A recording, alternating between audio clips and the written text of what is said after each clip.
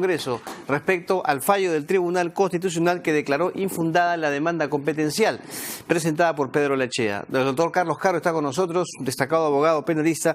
Doctor, bienvenido. ¿Qué tal, Carlos? ¿Cómo está usted? No puedo dejar de preguntarle sobre este tema. Es cierto que está en el rubro constitucional, pero evidentemente usted, con el conocimiento que tiene, nos puede decir si está de acuerdo o no con el fallo del tribunal. Yo no estoy de acuerdo con el fallo por varias razones, ¿no? La primera es que acá prácticamente no ha habido debate a nivel de tribunal. Ha sido un poco decepcionante que los magistrados solamente se limiten a leer sus ponencias, a hacer pequeñas correcciones y prácticamente hayan votado. El país esperaba que hubiera un debate mucho más profundo.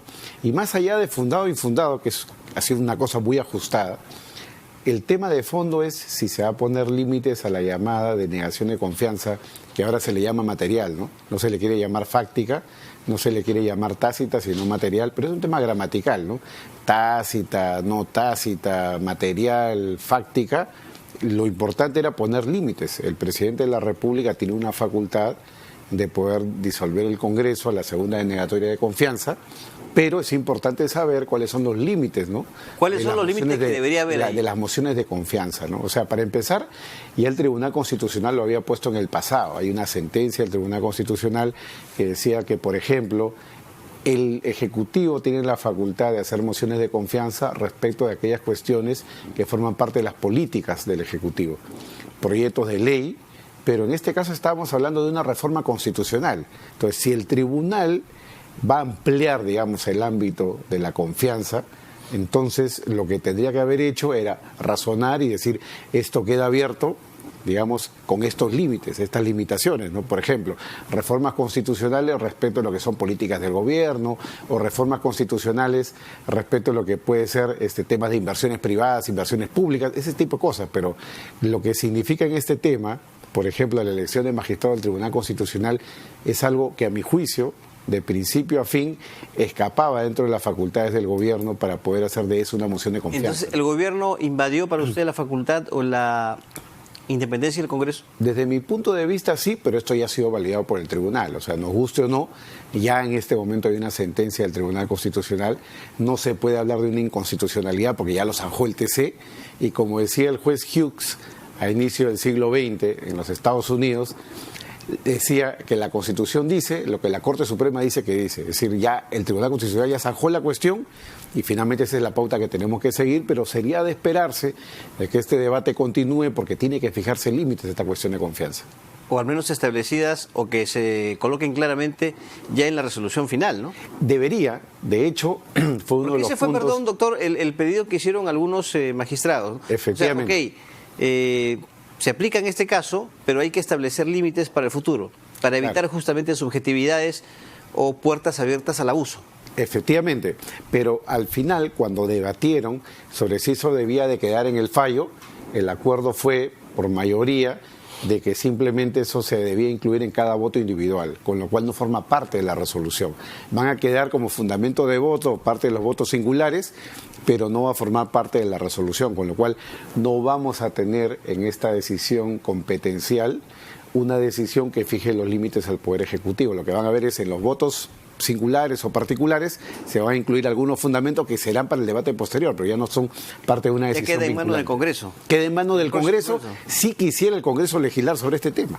Debería. Que ya, desde mi punto de vista, debería, y creo que ahí este es un proceso que debe formar parte de la reforma política. Porque bajo esa premisa, doctor, entonces, puede haber un precedente que a futuro sea un factor negativo. Claro, hoy podemos tener al señor Vizcarra, confiar en él ha vuelto a ratificar que sea el 28 de julio del 2021, pero mañana podemos tener a un presidente que tenga otra percepción de la política y ejerza mociones o cuestiones de confianza permanentemente para ir disolviendo el Congreso una y otra vez, porque, por ejemplo, no se ha puesto límite a las cuestiones de confianza. Entonces, ¿cuántas veces se puede disolver el Congreso en un periodo presidencial? 2, 3 veces, una sola vez, no se ha puesto ningún límite. Muy bien. Doctor, toquemos ahora otro punto vinculado ya a la labor del Poder Judicial, y es que este poder ha declarado fundado el pedido de la Procuraduría ad hoc, ¿no?, del caso Lavallato para que cesen los efectos del reajuste de las tarifas de peaje, básicamente en el proyecto Línea Amarilla. el Ministerio de Justicia ha dicho que esta medida es una decisión trascendental que va a beneficiar a los ciudadanos peruanos. Pero para usted, ¿esta decisión judicial tiene sustento? Para mí es una decisión incorrecta por lo siguiente. Es populista, nos favorece a todos, a mí mismo si voy por esa ruta, estoy feliz por ese lado, pero desde el punto de vista jurídico es preocupante porque acá tenemos un contrato.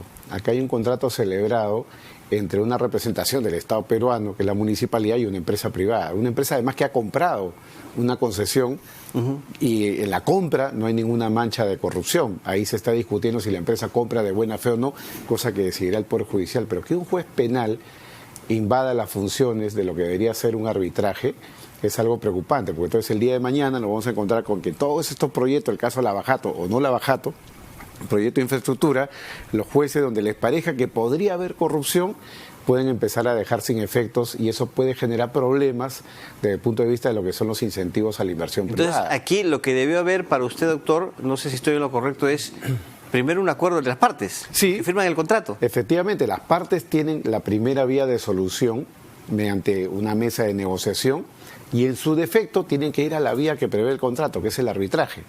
La corrupción se debe de investigar, si hay corruptos se debe de sancionar, para eso está la vía penal, pero la vía de decisión sobre si parte del contrato queda sin efecto es del arbitraje, que es la vía señalada. De lo contrario, el Estado puede incurrir en responsabilidades. Si a un juez mañana se le ocurre dejar sin efecto una concesión, no va a responder el juez con su patrimonio, va a responder el Estado peruano ante la empresa privada que puede llevarlo ante un centro internacional de arbitraje. Ahora, es interesante recordar el por qué justamente se da este fallo. En primer lugar, porque bueno, se ha cuestionado la concesión misma desde su origen, ¿cierto? Entonces, desde el origen hasta la ejecución. Exactamente. Entonces, el tema es aquí, no podemos perjudicar a los ciudadanos con unas medidas que han sido, digamos, oscuras. Producto de la corrupción, si fuera el caso, claro. Claro. Entonces, de alguna manera no hay peso en esta justificación o este argumento del Poder Judicial. Es un argumento muy fuerte, pero para una sentencia. En este caso todavía está en proceso, está en trámite, no hay ni siquiera una acusación fiscal ni sentencia condenatoria de primera instancia. Lo que hay es una sospecha de la presunta comisión de un hecho ilícito y a partir de esa sospecha que el juez ha determinado esto, con lo cual, digamos, ha puesto la cereza ante el pastel. Lo que debió haber sido parte de su razonamiento final lo está adelantando a través de una medida que ni siquiera sabemos si es cautelar o no porque no ha habido audiencia. Esto no se ha debatido públicamente. Sin un tema precisamente de interés público, el procurador debe de instar de que estas peticiones se lleven a audiencia, ¿no? Ahora, ¿puede la empresa, en este caso perjudicada, objetar esto? Sin duda, por lo que yo he visto en uno de los comunicados que ha difundido, la empresa ha dicho que va a impugnar, es la vía regular. Veremos cuál es la decisión del Poder Judicial, esto puede llegar incluso hasta la Corte Suprema para una eventual casación, pero en caso la empresa pierda, digamos, en las instancias judiciales, podría ir eventualmente a una vía internacional, claro, para decir que el Estado peruano es el que está incumpliendo los contratos, ¿no? Porque, como repito, si hay corrupción acá, eso podría ser materia ya de una decisión final, una sentencia final, y una corrupción que tendría que involucrar a la empresa que hoy día sería afectada por... ¿Y usted cree que a nivel internacional, tal como está planteadas las cosas, el Estado tendría las de perder? Depende, ¿no? Porque siempre a nivel internacional, cuando hay estos proyectos de concesión y hay un hecho de corrupción que esté zanjado, determinado, muchas veces los tribunales internacionales dan un paso al costado, no le dan la razón a la empresa. Que esté zanjado. ¿Dices? Claro, esté zanjado, tendría que haber ya una sentencia condenatoria o una sospecha muy clara, ¿no?, de que eso pudiera haber sucedido. Yo recuerdo, por ejemplo, que el caso Luchetti, la empresa demandó ante el Centro Internacional TCI y el tribunal se inhibió de inicio, dijo acá hay un presunto hecho de corrupción, porque estaba el video además que era algo muy notorio, y en consecuencia dio un paso al costado y no se metió ni siquiera al tema de fondo, ni siquiera admitió la demanda a trámite. Muy bien. Bueno, doctor Caro, muchas gracias. Muchas gracias, Carlos, por su visita, muy amable. Hemos conversado con el doctor Carlos Caro. Vamos a la pausa, amigos televidentes, y continuamos con la central de informaciones.